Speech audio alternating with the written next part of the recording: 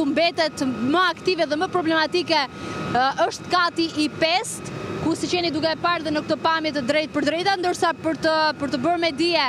largësin që janë nga pallati, është një kompleks pallatesh, pra nuk janë të ndara me njëri tjetrin, janë një varg pallatesh në këtë zonë, të cilat tashmë ajo rreziku më i madh që ka edhe frika që kanë edhe punonësit e shërbimit zjarfikës është fakti që të parandalojnë përfshirjen e pallateve të tjera të cilat ndodhen në këtë kompleks, në këtë blok pallatesh. Në fakt në të gjithë zonën është kërkuar dhe është bërë i mundur evakuimi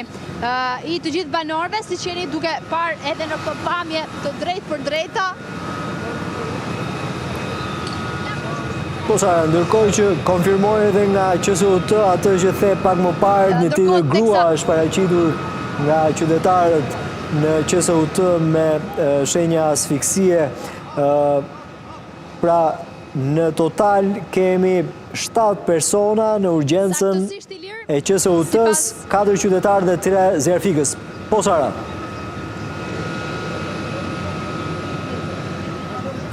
Si që thatë edhe ju në studio, tashmë në fakt numri i qytetarëve të cilët janë paraqitur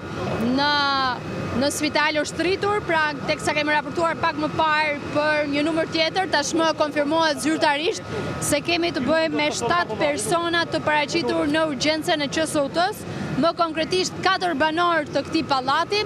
dhe 3 zjarfikës. Në këto momente na duhet të zhvendosem. Po Sara, mund të kalosh në një vend të sigurt. Zhvendosja nga zona do duhet ndoshta të marrim pak kohë. Po, ndërkohë që jemi pamje të drejtë për drejta duke trishtimi i madh në syt e banorëve, pra qytetarëve cilët mbeten të grumbulluar në rrethinat e këtij kompleksi me gjithë tentativat e forcave të policisë për t'i shpërndarë për t'i vendosur në një vend të sigurt. Jemi pra me pamjet e drejt për drejta të banorëve cilët shikojnë drejt për së drejti operacionin e strukturave të emergjencës civile, të forcave të policisë, të efektive zjarfikës, por gjithashtu edhe të ushtrisë, e cila nga ajri është duke mbështetur, duke subërtuar këtë operacion për shuarjen e këtij zjarri të madh, të ndodhur tek kjo ndërtesë që po shfaqet në këto momente në zonën 5 Maj. Mbetet ende një operacion i vështirë, sipas asaj që raporton kolegja Sara Demushi, e ndodhur në terren, duke qenë se kemi të bëjmë me një kompleks pallatesh dhe jo në një godinë të veçuar. Raporti i përcjell zyrtarisht nga ana e QSUT. Në momentin që flasim janë 7 persona të paraqitur me asfiksi si pasojë e tymit dhe flagëve që kanë përfshirë të gjithë pallatin. 7 persona, 4 qytetarë me shumë gjas, banor të këtij pallati edhe 3 zjarfikës, ndërkohë që ende nuk kemi një qëndrim zyrtar nga ana e forcave të policisë për të kuptuar nëse ka ende qytetarë cilët presin të evakuohen, cilët ndodhen brenda këtij pallati, ama sipas dinamikës që arrin të shikoj Sara Demushi në terren, duket se gjithçka është kontrolluar, është nën kontroll nga ana e forcave të policisë dhe nuk ka persona brenda ndërtesës të cilëve i rrezikohet jeta. Kemi pasur mundësi që në pamje drejt për drejta të shikojmë evakuimin e një zonje nga apartamenti i saj nga ana e forcave zjarfikse, të cilat e transportonin atë nga balkoni i apartamentit për të shoqëruar mëtej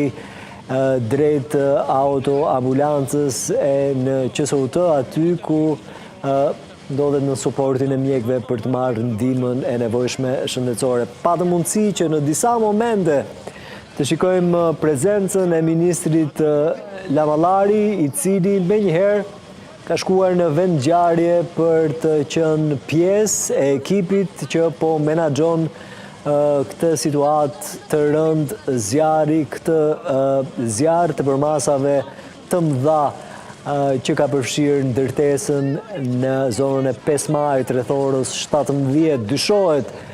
i nisur në katin e parë të një supermarketi e mëtej, si pasoj edhe e fasadës, është bërë mundur kalimi i flakëve nga kati i parë deri në katet e mësipërta, duke shkrumbuar gjithë shka që ndodhej në brëndësinë e kësaj ndërtese, e cila në fakt përdore jo vetëm për banim, por gjithashtu edhe për ambiente biznesi në katin e parë e në katin e dytë të tij. Kjo është panorama tym dhe flak banor të trishtuar, cilët ndjekin gjithçka ndodh me banesat e tyre.